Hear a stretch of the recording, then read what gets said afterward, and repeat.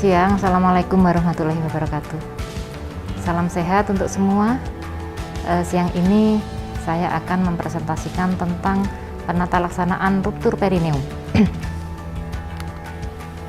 Pada kuliah kali ini, kita akan membahas tentang pendahuluan, tentang anatomi ruptur perineum, tentang penyebab-penyebabnya, tentang klasifikasi cedera perineum, dan tentang penata laksanaan cedera perineum berikut tentang perawatan post episiotomi.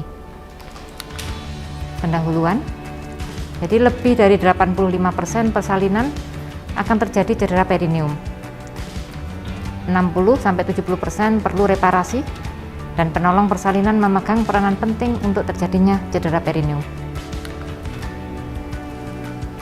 Untuk anatomi perineum, jadi perineum adalah suatu tempat yang terletak di antara vagina dan rektum yang dibentuk oleh musculus bulbocavernosus, musculus transversus perinei, sphincter ani externa, dan musculus puborectalis. Dia ada di gambar ini. Ya. Dan penyebab-penyebab dari cedera perineum adalah yang pertama, kepala janin terlalu cepat. Jadi pada saat kepala meregang perineum, kalau kita tidak mengatur kepala agar dia defleksi, ya kepala akan merobek perineum dengan cepat sehingga akan terjadi cedera perineum yang mungkin tidak kita harapkan. Yang kedua adalah persalinan yang tidak dipimpin sebagaimana mestinya. Jadi mungkin ibu susah untuk diposisikan pada posisi-posisi tertentu, atau mungkin ibu tidak kooperatif, itu akan menjadi risiko atau penyebab dari cedera perineum yang tidak kita harapkan. Perineum yang kaku dan banyaknya jaringan parut pada perineum adalah sebagai penyebab yang berikutnya. Jadi kalau kepala menuruni panggul dengan perineum yang elastis, maka akan terjadi peregangan yang bisa terkendali sehingga cedera dari perineum akan bisa diminimalisasi. Tapi kalau keadaan perineum kaku atau banyak jaringan parut, regangan perineum akan terjadi sangat hebat ataupun tidak elastis, sehingga itu akan menyebabkan cedera perineum yang agak berlebihan. Yang berikutnya adalah persalinan distosia bahu. Pada persalinan dengan distosia bahu, di mana jalan lahir sangat teregang oleh keadaan bahu bayi yang sangat susah dilahirkan dan manipulasi dari penolong yang begitu hebat, sehingga ada juga risiko dari cedera perineum yang hebat. Nah, partus per vaginam dengan tindakan juga merupakan risiko dari terjadinya cedera perineum, karena dengan alat-alat bantuan seperti forceps atau vakum pastinya akan memperluas perineum, ya, sehingga risiko dari cedera perineum akan meningkat. Yang terakhir adalah episiotomi. Memang pada saat beberapa waktu dulu, episiotomi memang ditujukan untuk memperlebar jalan lahir dan mengurangi cedera perineum. Tapi pada penelitian-penelitian berikutnya, ternyata episiotomi itu juga bisa menjadi faktor yang memperparah terjadinya cedera perineum, karena mungkin suatu hal-hal tertentu yang menyertai kasus-kasus tertentu. Oke, sebagai klasifikasi dari cedera perineum, kita sudah tahu tadi bahwa perineum anatominya sudah kita jelaskan di depan. Nah, klasifikasi jadi cedera perineum itu juga sesuai dengan anatominya yang tingkat yang satu, ya. Jadi kalau robekan itu cuma mencederai atau mengenai dari mukosa vagina atau kulit perineum di sebelah sini, ya, itu tingkatnya tingkat 1. Tapi kalau tingkat 2, dia sudah mengenai musculus di bawahnya. Jadi musculus transversus perinei di sini dan di sini. Kalau kita sudah mencapai tingkat 3, kalau sudah cedera itu mengenai dari sphincter ani externa maupun interna. Sebetulnya ini ada beberapa kelompok, yaitu tingkat 3A, 3B, dan 3C. Tingkat 3A, ya, bila cedera perineum itu mengenai kurang dari 50% dari sphincter ani externa. Kalau lebih dari 50% dari sphincter ani eksterna yang terkena kita golongkan sebagai ruptur perineum kelas 3B, dan apabila sphincter ani interna sudah terlibat atau robek berarti dia adalah tingkat 3C. Tingkat 4 kalau sudah ada robekan pada mukosa rektum. Nah, ini harus kita bisa kenali dengan baik. Setiap penolong persalinan harus bisa menentukan klasifikasi jadi cedera perineum sehingga mereka akan bisa melakukan reparasi dengan baik, karena basic atau dasar dari perbaikan perineum itu adalah pada anatomi. Jadi kita mengembalikan anatomi perineum dengan sebaik mungkin. Tindakan dari pencegahan biar cedera perineum tidak terlalu berat, kita harus mengenali faktor-faktor risikonya dulu. Yang pertama adalah makrosomia, pasti bayi besar ya, dengan malposisi, dengan nulipara yang belum pernah melahirkan, dengan adanya induksi persalinan, parsus precipitatus ya, kala dua lama, distosia bau, episitomi mediana, dan persalinan dengan tindakan adalah merupakan faktor-faktor risiko untuk terjadinya cedera perineum. Nah, ini akan kita lakukan sesuatu hal yang bisa untuk mencegah terjadinya cedera perineum itu. Mungkin apakah episitomi itu diperlukan atau tidak? Episitomi yang diperlukan mungkin yang dilakukan apakah mediolateral atau mediana, adanya pimpinan kala 2 yang baik, dan adanya pemijatan perineum sebelum partus untuk menghindari adanya kekakuan perineum dan membuat perineum menjadi elastis. Nah, ini adalah episiotomi. Jadi episiotomi adalah suatu tindakan untuk yang kita lakukan untuk memperlebar layout vagina ya, dengan melakukan insisi pada perineum. Nah, jadi ini adalah liang vagina ya. Ini adalah rektum. Perineum itu adalah daerah antara di sini. Kita bisa melakukan episiotomi itu yang dahulu kala adalah yang di mediana sini. Jadi di median ini adalah merupakan pertemuan atau ada rape antara kiri kanan, sehingga dia kurang vaskularisasinya dan maupun persyarafannya, sehingga kalau ada robekan di sini dia dia pastinya akan sedikit perdarahan dan juga sedikit nyeri, lebih tidak nyeri, dan penyembuhannya lebih bagus karena memang aposisinya bagus.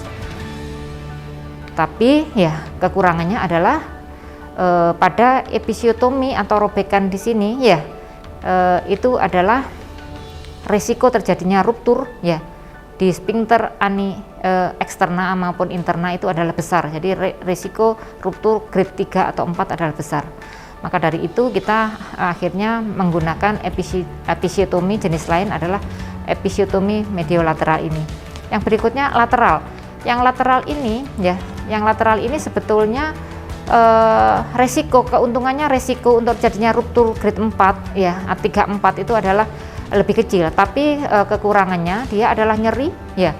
Resiko perdarahannya juga banyak karena di sini banyak pembuluh-pembuluh darah dari yang mengaliri, dan persyarafan yang mempersarafi vagina dia banyak, sehingga dia akan lebih terasa nyeri dan perdarahannya akan menjadi banyak. Nah, itu yang yang kita kerjakan dulu ya. Akhirnya ada yang kita kerjakan untuk mengantisipasi adanya resiko ruptur grade 3 dan 4, tapi mungkin perdarahan bisa lebih minimal dan rasa nyeri lebih minimal. Akhirnya dibuatlah insisi dan mediolateral, yang mediolateral di sini ya. Dulu sudut yang dipakai gitu ya, itu sekitar 45 derajat ya. Tapi kalau mungkin dengan sudut 45 derajat yang kita buat, resiko mengenai sphincter ani eksterna interna itu masih cukup besar, kita bisa melebarkan lagi menjadi sudut 60 derajat. Ini ya, yang seperti sudah kita jelaskan tadi ya. Jadi ada episiotomi medialis ya, dengan segala keuntungan dan kelebihannya. ada episiotomi mediolateralis dengan segala keuntungan dan kelebihannya, dan ada episiotomi lateralis dengan segala keuntungan dan kelebihannya. Nah, diagnosis. Kenapa diagnosis menjadi penting? Ya, karena apa? Robekan yang stadium 2 ya dapat meluas menjadi robekan yang lebih kompleks. Kalau kita ragu-ragu saat menilai derajat keparahan robekan perineum, ya kita ambil aja klasifikasi yang lebih tinggi, karena mungkin dengan itu perbaikan akan lebih sempurna. Dan kalau terjadi ruptur perineum grade 3 dan 4 harus kita mengenali, karena kita akan merujuk ke dokter spesialis obstetrik ginekologi, karena yang berkompeten untuk menata laksanai ruptur perineum grade 3 dan 4 adalah dokter spesialis obstetrik ginekologi. Jadi mungkin satu catatan yang mungkin perlu kita perhatikan, seandainya terjadi ruptur perineum grade 3 dan 4 itu sebetulnya memang kenapa sering untuk tidak terdeteksi, karena memang ruptur itu kalau sudah mungkin lebih dari 50% atau terjadi ruptur yang mengakibatkan sphincter ani eksterna sudah terpisah, itu susah kita kenali, karena sphincter ani eksterna itu seperti karet, jadi begitu dia putus dia akan meninggalkan lapangan operasi kita, dan itu harus kita cari. Makanya itu penting ya, penting sekali untuk bisa mendapatkan setiap layer itu dengan baik. Jadi harus kita identifikasi setiap lapisan itu dengan baik, mulai dari mukosa ya, submukosa, mulai dari lapisan otot, lapisan sphincter ani eksterna dan interna, dan akhirnya adalah mukosa rektum. Dan kita harus bisa mendiagnosa dengan baik, karena itulah ya, karena kita akan mereparasi, dan itu menjadi dasar buat reparasi yang akan kita lakukan. Yang selanjutnya adalah bagaimana kita harus menata laksanai cedera perineum ini.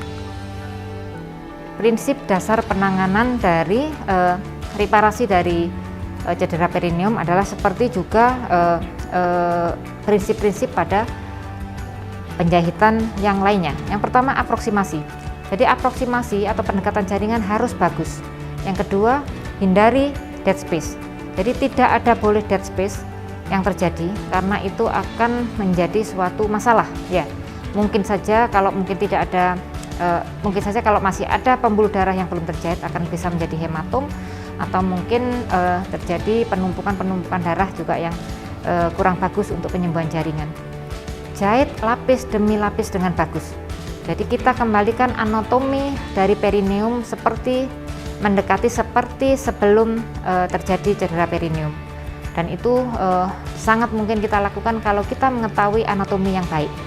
Kalau kita tidak mengetahui anatomi yang baik, mustahil kita akan bisa menjahit lapis demi lapis dengan baik. Yang berikutnya adalah hindari jahitan yang terlalu tegang. Jadi jahitan itu fungsinya adalah memang untuk untuk pendekatan jaringan, yang kedua adalah untuk hemostasis. Jadi jangan terlalu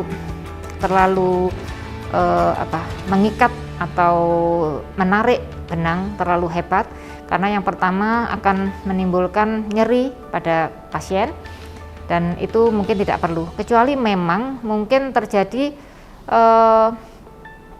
perdarahan ya, memang kita mungkin memang agak kenceng ya untuk melakukan penjahitan, tapi itu pun juga sesuai dengan kebutuhan. Kalau pembuluh darah sudah terikat dengan baik dan perdarahan berhenti, maka cukuplah di situ kita kerjakan. Jadi 4 dasar prinsip penanganan dari penyembuhan atau penjahitan ini harus kita kuasai dengan baik. Nah, lalu apa ya benang jahit yang biasanya kita gunakan untuk menjahit cedera perineum ini? Ya, pada zaman dulu kita menggunakan chromic catgut. Jadi chromic catgut adalah yang mungkin yang pertama kali kita pakai ya, atau yang dikenal luas pada tenaga kesehatan kita, karena dulu memang banyak sekali didapatkan sebelum ada sintetis yang kita dapatkan.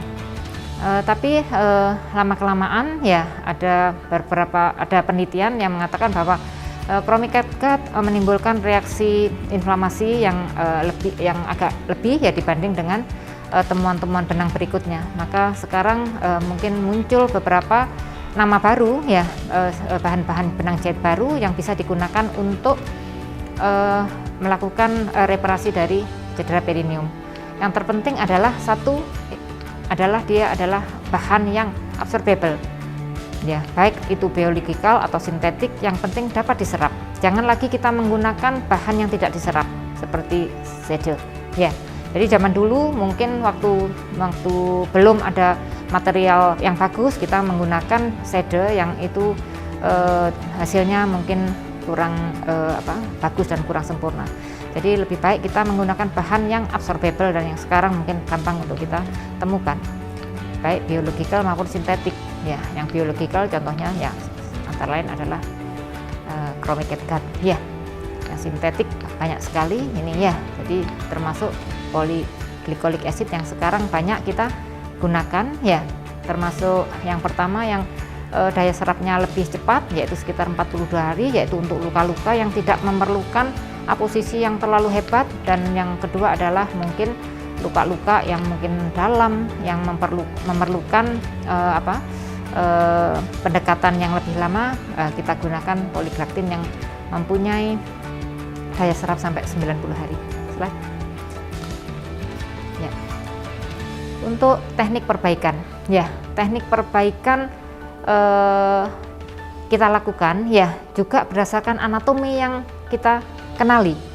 Jadi mulai dari yang pertama ya teknik perbaikan dari dinding vagina, yang kedua perbaikan dari otot perineum, dan yang terakhir adalah penjahitan dari kulit perineum.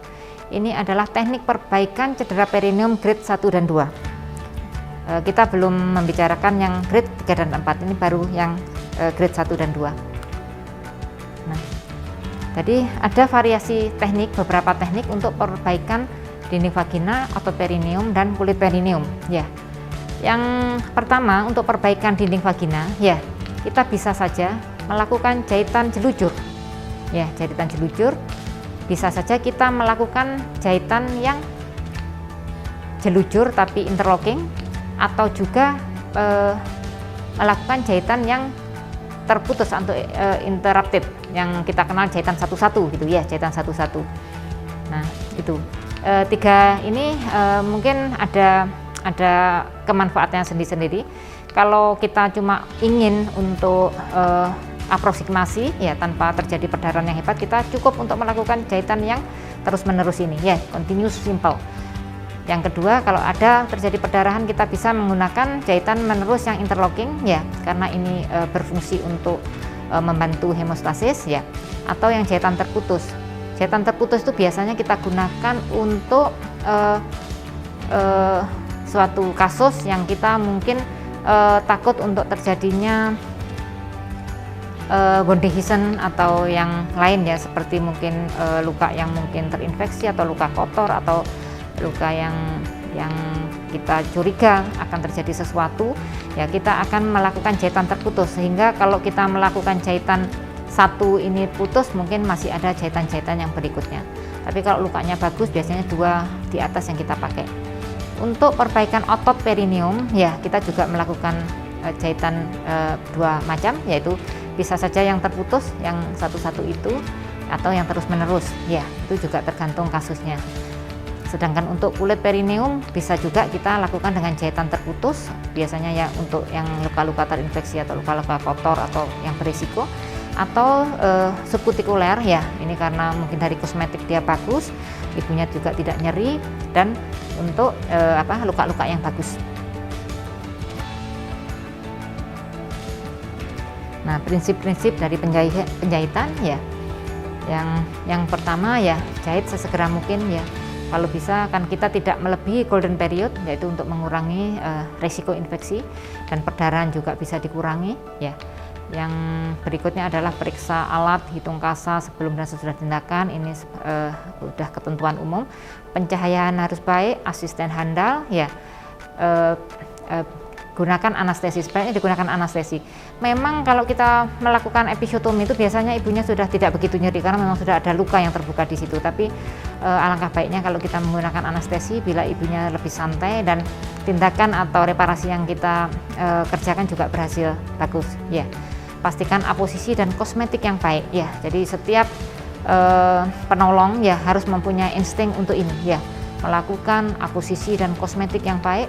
Yang berikutnya terakhir adalah kita harus ngecek setelah kita melakukan reparasi, kita harus mengecek apakah teraba benang di mukosa rektum. Karena apa ya, dengan tembusnya ini benang di mukosa rektum ada sesuatu kemungkinan bisa terjadi fistula. Nah, ini yang saya ulangi lagi, yang untuk perbaikan cedera perineum tingkat 1 ya, kebanyakan memang tidak memerlukan penjahitan kalau dia mungkin tidak ada sesuatu yang harus kita perhatikan. Tapi kalau dia terjadi ini ya, perdarahan yang berlebihan ya, untuk menyatunya atau kontinuitas jaringan diragukan, atau lesinya atau lasernya bilateral sehingga kita takut suatu saat dia akan menjadi adhesi, itu harus kita lakukan penjahitan ya. Jadi tidak semua dari robekan tingkat 1 ini memang diperbaiki, tapi kalau ada hal-hal ini kita harus memperbaiki. Dapat dilakukan dengan catgut atau ya polyglycolic acid yang cepat serap ya, yang 42 hari. Jahitannya juga cukup sederhana ya, jadi continuous suture ya, jadi jelujur continuous atau simple continuous ya, atau figure of 8. Kalau robekan tingkat 2 yaitu yang mengenai otot ya, penjahitan yang dilakukan kita bandingkan dengan dulu yang sekarang ya. Kalau penjalikan teknik yang konvensional dia dulu dengan continue dan dengan interlocking ya. Karena dalam perjalanannya mungkin kalau tidak terjadi perdarahan kita tidak perlu melakukan interlocking, maka sekarang ya menjadi jelujur yang simpel ya. Yang kedua adalah otot perineum ya. Otot perineum kita jelujur bisa ya, kita jahit satu-satu bisa, yang zaman dulu ya, yang sekarang juga dengan jelujur continue. Sedangkan kulit yang dulu bisa mungkin interruptus, transkutan atau continue sukutan, yang sekarang kita jahit dengan jahitan subkutikuler. Jadi teknik yang baru ini ya, dia memang efektif sudah untuk aproksimasi ya. Kita meminimalisasi simpul sehingga ibunya tidak terlalu nyeri, dan secara kosmetik dia bagus karena kita menjahit kulit dengan subkutikuler, jadi tidak ada bekas ya, dan secara kosmetik bisa menyatu dengan sempurna. Ini mungkin contohnya ya. Jadi pada robekan tingkat 2 kita ambil dulu ya ujung luka, kita paparkan dulu ujung luka di sini ya. Kita melakukan jahitan pertama 1 cm di atas ujung luka ya, kita jahit cross di atas ya. Nah, untuk ujung luka ini kita jangan cuma melihat di sisi mukosanya, tapi sisi dasarnya ya, sehingga kita bisa mengikat ujung luka dengan baik.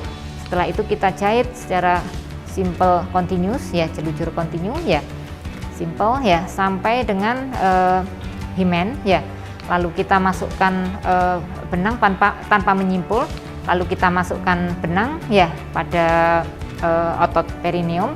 Setelah itu kita jelujur lagi ke bawah ya, sampai otot perineum habis di ujungnya ya. Setelah itu kita kembali ke atas melakukan jahitan subkutikuler, dan kita menyimpul di atas, sedikit di atas himen untuk menutup jahitan. Jadi simpulnya cuma ada 2, waktu pertama kali kita memulai dan terakhir waktu kita mengakhiri ya. Ada beberapa mungkin tambahan ya untuk penjahitan ruptur grade 2 ini ya. Untuk tepi luka yang tidak rata mungkin bisa kita rapikan untuk memperbaiki aposisi jaringan dan memperbaiki secara kosmetik. Nah, yang tadi juga kita sudah sebutkan, identifikasi puncak dari robekan vagina harus kita bisa kenali dengan baik ya, harus kita visualisasikan dengan baik sehingga kita bisa mengambil atau dengan tepat bisa mengikat ujung luka dengan baik.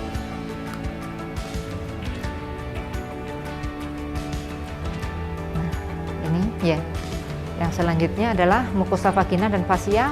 Vagina dijahit dengan benang poliglaktin ya. Ini sudah kita jelaskan tadi, dan akhirnya diakhiri di proksimal dari lingkaran himen ya untuk menutup jahitan itu.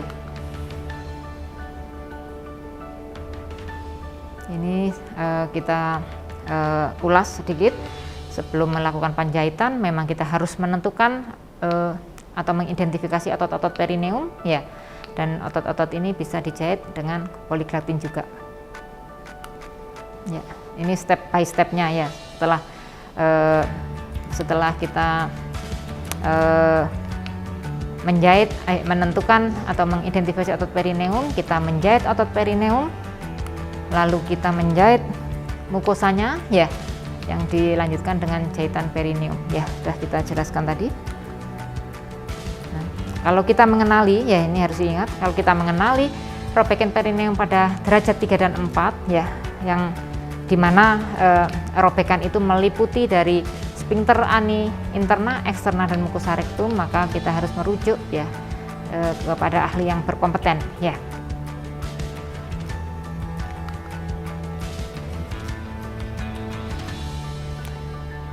Setelah kita melakukan reparasi dari